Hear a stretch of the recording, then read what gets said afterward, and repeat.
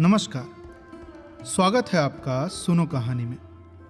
अगला भाग सुनने से पूर्व मेरा आपसे अनुरोध है कि आप पहले के भाग जरूर सुन के आएं, उसके बाद ही अगला भाग सुनें। तो चलिए कहानी में आगे की ओर चलते हैं। भाग 6। उधर गोबर खाना खाकर अहिराने में जा पहुंचा। आज झुनिया से उसकी बहुत सी बातें हुई थी। जब वो गाय लेकर चला था तो झुनिया आधे रास्ते तक उसके साथ आई थी। गोबर अकेला गाय को कैसे ले जाता है? अपरिचित व्यक्ति के साथ जाने में उसे आपत्ति होना स्वाभाविक था। कुछ दूर चलने के बाद झुनिया ने गोबर को मर्म भरी आंखों से देखकर कहा, अब तुम काहे को यहां कभी आओगे? एक दिन पहले तक गोबर कुमार था। गांव में जितनी युवतियां थीं वो या तो उसकी बहनें थीं या फिर भाभियां। बहनों से तो कोई छेड़छाड़ हो ही क्या सकती थी। भाभियां अलबत्ता कभी कभी उससे ठिठोली किया करती थीं, लेकिन वो केवल सरल विनोद होता था। उनकी दृष्टि में अभी उसके यौवन में केवल फूल लगे थे। जब तक फल न लग जाएं, उस पर ढेले फेंकना व्यर्थ की बात थी। और किसी ओर से प्रोत्साहन न पाकर उसका कौमार्य उसके गले से चिपटा हुआ था। झुनिया का वंचित मन, जिसे भाभियों के व्यंग और हास विलास ने और भी लोलुप बना दिया था, उसके कौमार्य पर ही ललचा उठा। और उस कुमार में भी पत्ता खड़कते ही किसी सोए हुए शिकारी जानवर की तरह यौवन जाग उठा। गोबर ने आवरणहीन रसिकता के साथ कहा, अगर भिक्षुक को भीख मिलने की आशा हो तो वो दिन भर और रात भर दाता के द्वार पर खड़ा रहे। झुनिया ने कटाक्ष करके कहा, तो ये कहो ना, तुम भी मतलब के यार हो। गोबर की धमनियों का रक्त प्रबल हो उठा।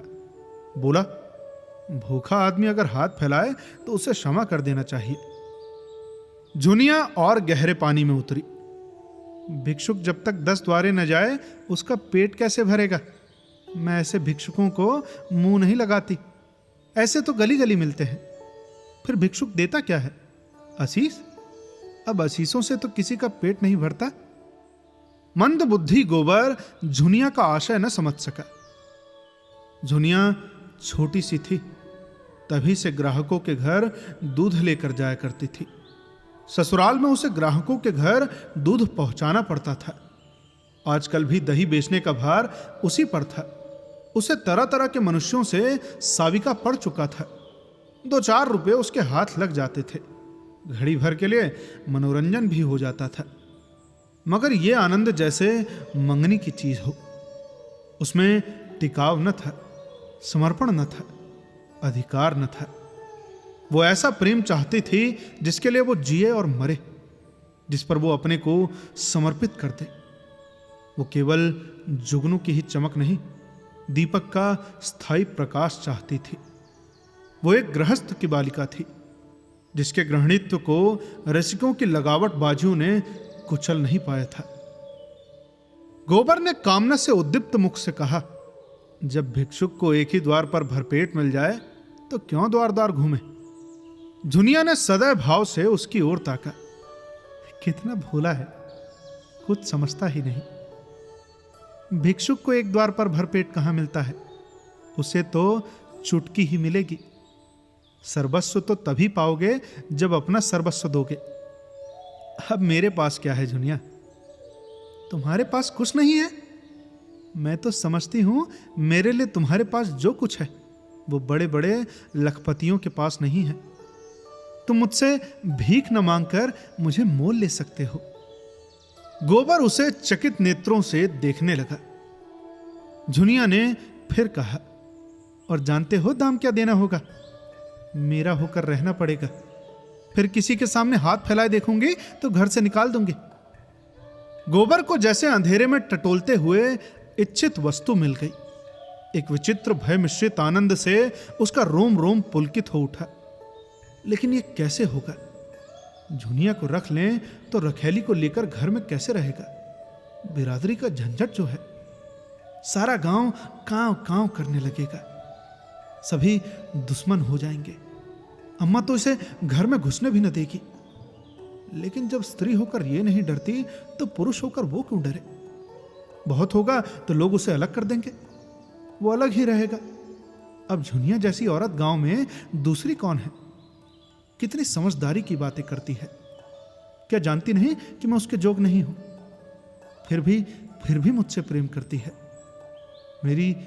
मेरी होने को राजी है। गांव वाले निकाल देंगे तो क्या संसार में दूसरा गांव ही नहीं है? और गांव क्यों छोड़े? माता दीन ने चमारे में बैठा ली तो किसी ने क्या कर लिया? दाता दीन दांत कटकटा कर रह गए। हाँ, माता दीन ने इतना जरूर किया कि अपना धर्म बचा लिया। अब भी बिना स्नान पूजा किए मुंह में पानी नहीं डालते। दोनों जून अपना भोजन आप पकाते हैं, और अब तो अलग अलग भोजन भी नहीं पकाते। दाता दीन और वो साथ बैठकर खाते हैं। झिंगुरी सिंह ने बामनी रख ली, उनका किसी ने क्या कर लिया? उनका जितना आदर मान तब था उतना ही आज भी है, बल्कि और बढ़ गया। पहले नौकरी खोजते फिरते थे, अब उसके रुपए से महाजन बन बैठे। ठकुराई का रौब तो था ही, महाजनी का रौब भी जम गया। मगर फिर ख्याल आया, कहीं झुनिया दिल लगी न कर रही हो। पहले इसकी ओर से निश्चिंत हो जाना आवश्यक था। उसने पूछा, मन से कहती हो जूना कि खाली लालच दे रही हो? मैं तो तुम्हारा हो चुका, लेकिन तुम भी मेरी हो जाओगी? तुम मेरे हो चुके ये कैसे जानूं? तुम जान भी चाहो तो दे दो। अरे जान देने का अर्थ भी समझते हो? तुम समझा दो ना। जान देने का अर्थ है साथ रहकर निबाह करना, एक बार हाथ पकड़कर उम्र भर निबाह करते रहना। चाहे दुनिया कुछ कहे, चाहे माँ बाप भाई बहन घर द्वार सब कुछ छोड़ना पड़े। मुंह से जान देने वाले बहुतों को देख चुके। भौरों की भांति फूल का रस लेकर उड़ जाते हैं। तुम भी वैसे ही ना उड़ जाओगे। गोबर के एक हाथ में गाय की पगहिया थी, दूसरे हाथ से उसने झुनिया का हाथ पकड़ लिया। जैसे बिजली के तार पर हाथ पड़ गया हो। सारी देह यौवन के पहले स्पर्श से कांप उठी। कितनी मुलायम, गुदगुदी, कोमल कलाई। झुनिया ने उसका हाथ हटाया नहीं, मानो स्पर्श का उसके लिए कोई महत्व ही ना हो। फिर एक क्षण के बाद गंभीर भाव से बोली, आज तुमने मेरा हाथ पकड़ा है, याद रखना। खूब याद रखूंगा झुना, और मरते दम तक निभाऊंगा। झुनिया अविश्वास भरी मुस्कान से बोली, इसी तरह तो सब कहते हैं गोबर, बल्कि इससे भी मीठे चिकने शब्दों में। अगर मन में कपट हो मुझे बता दो, सचेत हो जाऊं। ऐसों को मन नहीं देती, उनसे तो खाली हंस बोल लेने का नाता रखती हूं। बरसों से दूध लेकर बाजार जाती हूं। एक से एक बाबू, महाजन, ठाकुर, वकील, अमले, अफसर अपना रसियापन दिखाकर मुझे फंसा लेना चाहते हैं। कोई छाती पर हाथ रखकर कहता है, झुनिया तरसा मत। कोई मुझे रसीली नसीली चितवन से घूरता है, मानो मारे प्रेम के बेहोश हो गया है। कोई रुपया दिखाता है, कोई गहने, सब मेरी गुलामी करने को तैयार रहते हैं, उम्र भर, बल्कि उस जन्म में भी। लेकिन मैं उन सबों के नस पहचानती हूं, सब के सब भौरे रस लेकर उड़ जाने वाले। मैं भी उन्हें ललचाती हूं, तिरछी नजरों से देखती हूं, मुस्कुराती हूं। वो मुझे गधी बनाते हैं, मैं उन्हें उल्लू बनाती हूं। मैं मर जाऊं तो उनकी आंखों में आंसू ना आएगा। वो मर जाएं तो मैं कहूंगी कि अच्छा हुआ, निगोड़ा मर गया। मैं तो जिसकी ही हो जाऊं उसकी जन्म भर के लिए हो जाऊंगी। सुख में, दुख में, संपत में, विपत में उसके साथ रहूंगी। हर जाई नहीं हूं कि सबसे हंसती बोलती फिरूं। न रुपए की भूखी हूं, न गहने कपड़े की। बस भले आदमी की संग चाहती हूं, जो मुझे अपना समझे और जिसे मैं अपना समझ सकूं। एक पंडित जी बहुत तिलक मुद्रा लगाते हैं, आधा सेर दूध लेते हैं। एक दिन उनकी घरवाली कहीं नेवते में गई थी। अब मुझे क्या मालूम, और दिनों की तरह दूध लिए भीतर चली गई। वहां पुकारती हूं, बहू जी, ओ बहू जी। कोई बोलता ही नहीं। इतने में देखती हूं तो पंडित जी बाहर के किवाड़ बंद किए सामने चले आ रहे हैं। मैं समझ गई कि इसकी नीयत खराब है। मैंने डांट कर पूछा, तुमने किवाड़ क्यों बंद कर लिए? क्या बहू जी कहीं गई है? घर में सन्नाटा क्यों है? उसने कहा, वो एक न्योते में गई है, और मेरी ओर 2 पग और बढ़ाया। तुम्हें दूध लेना हो तो लो, नहीं मैं जाती हूं। बोला, आज तो तुम यहां से न जाने पाओगी झूनी रानी। रोज रोज कलेजे पर छुरी चलाकर भाग जाती हो। आज मेरे हाथ से न बचोगी। तुमसे सच कहती हूं गोबर, मेरे रोए खड़े हो गए। गोबर आवेश में आकर बोला, मैं बच्चा को देख पाऊं तो खोद कर जमीन में गाड़ दूं, खून चूस लूं, तो मुझे दिखा तो देना एक बार। अरे सुनो तो, ऐसों का मुंह तोड़ने के लिए मैं ही काफी हूं। मेरी छाती धक धक करने लगी। ये कुछ बदमाशी कर बैठे तो क्या करूंगी? कोई चिल्लाना भी तो न सुनेगा। लेकिन मन में यह निश्चय कर लिया था कि मेरी देह छुई तो दूध की भरी हांडी उसके मुंह पर पटक दूंगी। बला से 4-5 सेर दूध जाएगा, बच्चा को याद तो हो जाएगा। कलेजा मजबूत करके बोली, इस फेर में न रहना पंडित जी कि मैं अहिर की लड़की हूं। मूंछ का एक एक बाल नचवा लूंगी। यही लिखा है तुम्हारे पोथी पत्रों में कि दूसरे की बहू बेटी को अपने घर में बंद करके बेइज्जत करो, इसीलिए तिलक मुद्रा का जाल बिछाए बैठे हो। लगा हाथ जोड़ने, पैरों पड़ने। एक प्रेमी का मन रख दोगी तो तुम्हारा क्या बिगड़ जाएगा झूना रानी? कभी कभी गरीबों पर भी दया किया करो। नहीं भगवान पूछेंगे, मैंने तुम्हें इतना रूप धन दिया था, तुमने उसे एक ब्राह्मण का उपकार भी नहीं किया, तो क्या जवाब दोगे? बोले, मैं विप्न हूं, रुपए पैसे का दान तो रोज ही पाता हूं, आज रूप का दान दे दो। तो मैंने यों ही उसका मन परखने को कह दिया, मैं 50 रुपए लूंगी। सच कहती हूं गोबर, तुरंत कोठरी में गया और 10-10 के 5 नोट निकालकर मेरे हाथों में देने लगा। और जब मैंने नोट जमीन पर गिरा दिए तो द्वार की ओर चली तो उसने मेरा हाथ पकड़ लिया। मैं तो पहले ही से तैयार थी। हांडी उसके मुंह पर दे मारी। सिर से पांव तक सराबोर हो गया। चोट भी खूब लगी। सिर पकड़कर बैठ गया और लगा हाय हाय करने। जब मैंने देखा कि अब ये कुछ नहीं कर सकता तो पीठ में 2 लातें जमा दी और किवाड़ खोलकर भागी।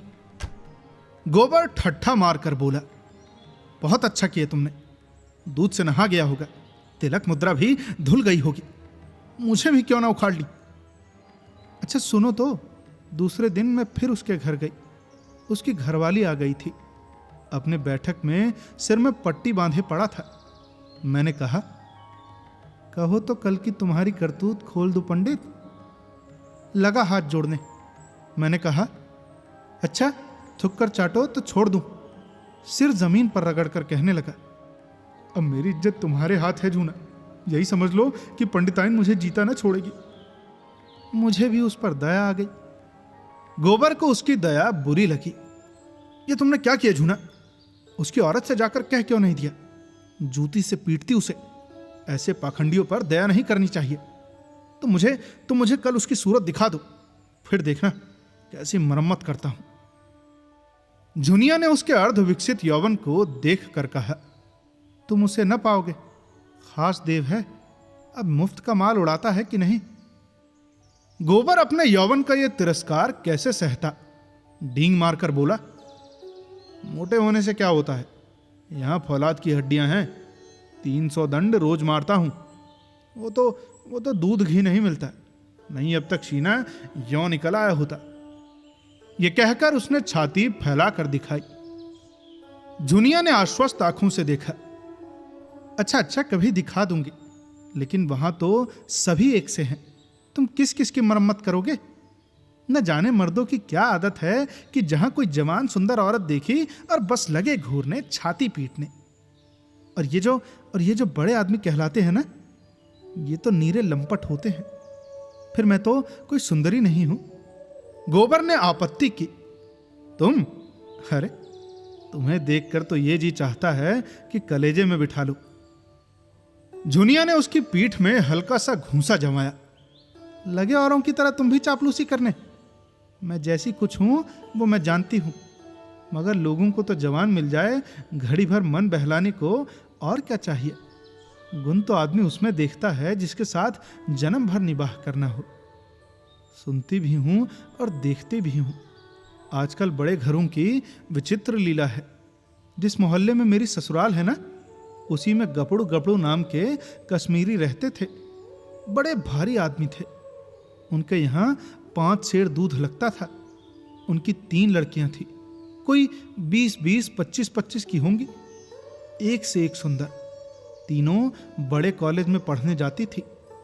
एक शायद कॉलेज में पढ़ाती भी थी। 300 का महीना पाती थी।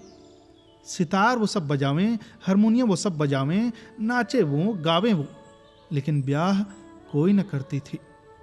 राम जाने वो किसी मर्द को पसंद नहीं करती थी कि मर्द उन्हीं को पसंद नहीं करता था। एक बार मैंने बड़ी बीबी से पूछा तो हंस कर बोली, हम लोग ये रोग नहीं पालते, मगर भीतर ही भीतर खूब गुलछर्रे उड़ाती थी। जब देखूं तो 4 लौंडे उनको घेरे हुए हैं। जो सबसे बड़ी थी वो तो कोट पतलून पहनकर घोड़े पर सवार होकर मर्दों के साथ सैर करने जाती थी। सारे शहर में उनकी लीला मशहूर थी। बेचारे गपड़ू बाबू सिर नीचा किए, जैसे मुंह में खालिक सी लगाए रहते थे। लड़कियों को डांटते थे, समझाते थे, पर सब की सब खुल्लम खुल्ला कहती थी, तुमको हमारे बीच में बोलने का कुछ मजाल नहीं है। हम अपने मन की रानी हैं, जो हमारी इच्छा होगी वो हम करेंगे। अब बेचारा बाप जवान जवान लड़कियों से क्या बोले। मारने बांधने से रहा, डांटने डपटने से रहा, लेकिन भाई बड़े आदमियों की बातें कौन चलावे। वो जो कुछ करें सब ठीक है। उन्हें तो बिरादरी और पंचायत का भी डर नहीं। मेरी समझ तो यही नहीं आता कि किसी का रोज रोज मन कैसे बदल जाता है। क्या आदमी गाय बकरी से भी गया बीता हो गया। लेकिन किसी को बुरा नहीं कहती भाई। मन को जैसा बनाओ वैसा बनता है। ऐसों को भी देखती हूँ जिन्हें रोज रोज की दाल रोटी के बाद कभी कभी मुंह का स्वाद बदलने के लिए हलवा पूरी भी चाहिए। और ऐसों को भी देखती हूँ जिन्हें घर की रोटी दाल खाकर ज्वर आता है। कुछ बेचारियां ऐसी भी हैं जो अपने दाल रोटी में ही मगन रहती हैं। हलवा पूरी से उन्हें कोई मतलब नहीं। मेरी दोनों भावजों को ही देखो। हमारे भाई काने कुबड़े नहीं हैं। 10 जवानों में एक जवान है, लेकिन भावजों को नहीं भाते। उन्हें तो वो चाहिए जो सोने की बालियां बनवाए, महीन साड़ियां लाए, रोज चाट खिलाए। बालियां और साड़ियां और मिठाइयां मुझे भी कम अच्छी नहीं लगती, लेकिन जो कहो कि इसके लिए अपने लाज बेचती फिरूं तो भगवान इससे बचाए। एक के साथ मोटा झोटा खा पहनकर उम्र काट देना, बस अपना तो यही राग है। बहुत करके तो मर्द ही औरतों को बिगाड़ते हैं। जब मर्द इधर उधर ताका झाका करेंगे तो औरत भी आंख लड़ाएगी। मर्द दूसरी औरतों के पीछे दौड़ेगा तो औरत भी जरूर मर्दों के पीछे दौड़ेगी। मर्द का हरजाईपन औरत को भी उतना ही बुरा लगता है जितना औरत को मर्द का। यही समझ लो। मैंने तो अपने आदमी से साफ साफ कह दिया था, अगर तुम इधर उधर लपके तो मेरी जो भी इच्छा होगी मैं भी वो करूंगी। अब ये चाहो कि तुम तो अपने मन की करो और औरत को मार के डर से अपने काबू में रखो, तो ये तो ना होगा। तुम खुले खजाने करते हो तो वो छिप कर करेगी। तुम उसे जलाकर सुखी नहीं रह सकते। गोबर के लिए ये एक नई दुनिया की बातें थी। तन्मय होकर सुन रहा था। कभी कभी तो आप उसके पांव रुक जाते, फिर सोचते, फिर सचेत होकर चलने लगता। झुनिया ने पहले अपने रूप से मोहित किया था। आज उसने अपने ज्ञान और अनुभव से भरी बातें और अपने सतीत्व के बखान से मुग्ध कर लिया। अब ऐसी रूप गुण ज्ञान की आगरी उसे मिल जाए तो धन्य भाग। फिर वो क्यों पंचायत और बिरादरी से डरे। फिर वो क्यों पंचायत और बिरादरी से डरे। झुनिया ने जब देख लिया कि उसका गहरा रंग जम गया तो छाती पर हाथ रखकर जीभ दांत से काटती हुई बोली, अरे ये तो तुम्हारा गांव आ गया। तुम भी बड़े मुरहे हो, मुझसे कहा भी नहीं कि लौट जाओ। ये कहकर वो लौट पड़ी। गोबर ने आग्रह करके कहा, एक क्षण के लिए मेरे घर क्यों नहीं चलती, अम्मा भी तो देख लें। झुनिया ने लज्जा से आंखें चुरा कर कहा, तुम्हारे घर यूं न जाऊंगी। मुझे तो यही अचरज होता है कि मैं इतनी दूर कैसे आ गई। अच्छा बताओ अब कब आओगे। रात को मेरे द्वार पर अच्छी संगत होगी, चले आना, मैं अपने पिछवाड़े मिलूंगी। और जो न मिली तो लौट जाना, तो फिर मैं ना आऊंगा। आना पड़ेगा, नहीं कह देती हूं। तो तुम भी वचन दो कि मिलोगी। मैं वचन नहीं देती तो मैं भी नहीं आता, मेरी बला से। झुनिया अंगूठा दिखाकर चल दी। प्रथम मिलन में ही दोनों एक दूसरे पर अपना अपना अधिकार जमा चुके थे। झुनिया जानती थी वो आएगा, कैसे न कैसे आएगा, कैसे ना आएगा। और गोबर जानता था कि वो मिलेगी, कैसे न मिलेगी। जब वो अकेला गाय को हाँकता हुआ चला तो ऐसा लगता था मानो स्वर्ग से गिर पड़ा है। अब आगे की कहानी सुनने के लिए बने रहिए सुनो कहानी के साथ। मिलते हैं आपसे अगले भाग में। तब तक के लिए सुनते रहिए सुनो कहानी की अन्य कहानियां, और साथ ही साथ बताएं कि ये कहानी आपको कैसी लग रही है। धन्यवाद।